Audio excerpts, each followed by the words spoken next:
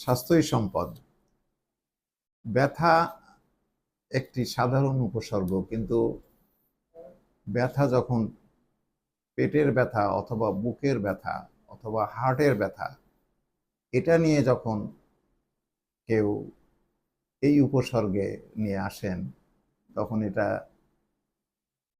সবসময়ের জন্যে হার্ট থেকে ব্যথাটা হয়েছে, অর্থাৎ হার্ট অ্যাটাকের ব্যথা অথবা গ্যাস্ট্রিকের ব্যথা, এটা নিয়ে রোগীও অনেক সময় দেরি করে ফেলেন, যে অথবা সাধারণভাবে চিন্তা করেন যে এটা হয়তো গ্যাস্ট্রিক অথবা সাধারণ পেটের ব্যথা। তো এই জন্যে বাংলাদেশে এখন অল্প বয়সে হার্ট অ্যাটাক হচ্ছে,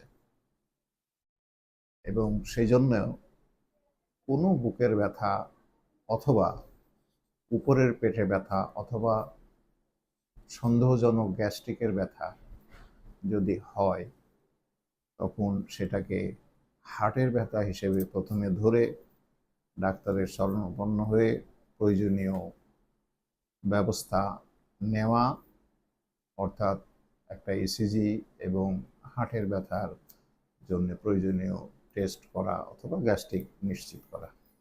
তো অনেক সময় দেখা যায় যে বাংলাদেশে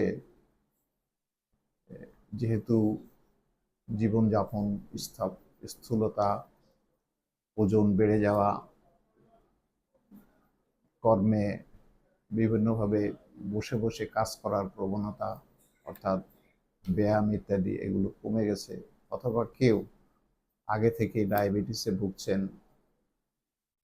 উচ্চ রক্তচাপে ভুগছেন, অনিয়ন্ত্রিত জীবন যাপন করছেন, খাদ্য অভ্যাসে অর্থাৎ ফাস্ট ফুড ডিপেন্ডেন্ট হয়ে গেছে, যেখানে লবণ বেশি থাকে, সেখানে সুগার বা চিনি বেশি থাকে অথবা ট্রান্সফ্যাট বেশি থাকে, এই খাদ্যের প্রতি আসক্তি তরুণ সমাজের মধ্যে বেড়ে গেছে, বাইরে থেকে খাবার গ্রহণটা বেড়ে গেছে, এদের হার্ট অ্যাটাকের সম্ভাবনাও বেশি। সারা বিশ্বেই তরুণ সমাজ এখন 20 বা 30 এই সময়েই হার্ট অ্যাটাকের ঝুঁকি নিয়ে তারা জীবনযাপন করছে। সাধারণত 50 বছরের উপরে বুকের ব্যথা অথবা উপরের পেটের ব্যথা অথবা গ্যাস্ট্রিকের মতো ব্যথা, এটাকে প্রাথমিকভাবে হার্ট অ্যাটাক হিসেবে অথবা হার্টের ব্যথা হিসেবেই ধরা উচিত।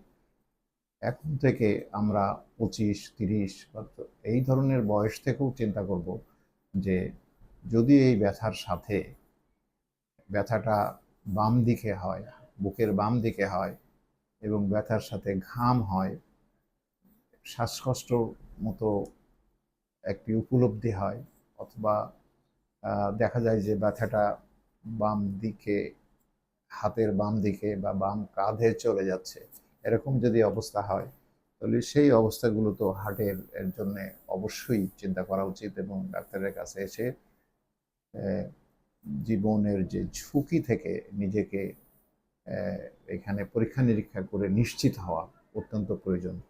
তো হার্ট অ্যাটাক যেহেতু বেশি হচ্ছে, যে অনিয়ন্ত্রিত জীবনযাপন আমরা করব না, এবং অনেক সময় দেখা যায় যে বর্তমান সমাজে তরুণদের মধ্যে হতাশা বেশি, দুশ্চিন্তা বেশি, অথবা বসে বসে কাজ করার প্রবণতা বেশি, এই সবগুলোই স্থূলতা, খাদ্যাভ্যাস অথবা মাংস অথবা এই জাতীয়, অর্থাৎ চতুষ্পদী প্রাণীর খাদ্য, যেরকম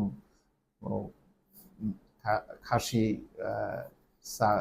ছাগল অথবা ভেড়া বা এই জাতীয় গরু, এদের খাদ্যের মধ্যে চর্বি বেশি থাকে, এবং যাদের পা নাই, যেরকম মাছ, এদের চর্বি কম থাকে অথবা ক্ষতিকর চর্বি কম থাকে।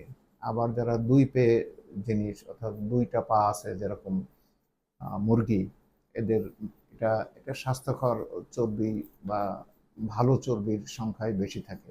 আমরা চেষ্টা করব চতুষ্পদী প্রাণীর মাংস কম খেতে, দুই পেয়ে অথবা টু ফুটেড প্রাণীর খাদ্য খেতে, এবং জীবনের প্রাণী, যে সমস্ত প্রাণীর আপনার পা নাই, যেরকম মাছ, এই সমস্ত থেকে আমাদের আমিষ জাতীয় খাদ্য বা প্রোটিন সংগ্রহ করব। আর উদ্ভিদ জাতীয় খাদ্য, এটাও শরীরের জন্য ভালো। নাটস, বিভিন্ন ধরনের বাদাম জাতীয়, এগুলো শরীরের জন্য উপকারী এবং স্বাস্থ্যকর। আমরা সুষম খাদ্য গ্রহণ করব, স্বাস্থ্যকর জীবনযাপন করব এবং সুস্থ চিন্তাভাবনা করব। আর ধূমপান থেকে বিরত থাকব, অথবা যে কোনো ধরনের তামাক বা তামাক জাতীয় গ্রহণ, ই সিগারেট, ভাত, এই সমস্ত জিনিসগুলো থেকেও আমাদের নিজেদেরকে রক্ষা করব। এবং তাহলেই আমরা আমাদের প্রজ্ঞা, আমাদের চিন্তাভাবনা, আমাদের মেধা, প্রশিক্ষণ এবং আমরা যে দক্ষতা অর্জন করেছি, এটা এটা সমাজের কল্যাণে ব্যবহার করতে পারবো। এবং সর্বোপরি আমরা আমাদের হার্টকে, অর্থাৎ হৃৎপিণ্ডকে যদি সুস্থ রাখতে পারি, তাহলেই আমরা আমাদের এই আমরা যে দক্ষতা অর্জন করেছি, এটা বেশি সময় সমাজের কল্যাণে কাজ করতে পারবো। আমরা আজ থেকে এইভাবে নিজেদেরকে চিন্তা করব যে সব উপসর্গই, বিশেষভাবে হার্টের অথবা বুকের এই বা উপরের পেটের, এটাকে স্বাভাবিকভাবে গ্যাস্ট্রিক না ভেবে আমরা এটার চিকিৎসা নেওয়ার ব্যবস্থা করব। তাহলে হয়তো মারাত্মক কিছু থেকে নিজেদেরকে রক্ষা করতে পারবো। আপনারা সুস্থ থাকুন, ভালো থাকুন, ভালো চিন্তা করুন এবং কল্যাণকর চিন্তাভাবনার মাধ্যমে সমাজ, মানবতার কল্যাণে নিয়োজিত থাকুন। সবাইকে আবারও ধন্যবাদ।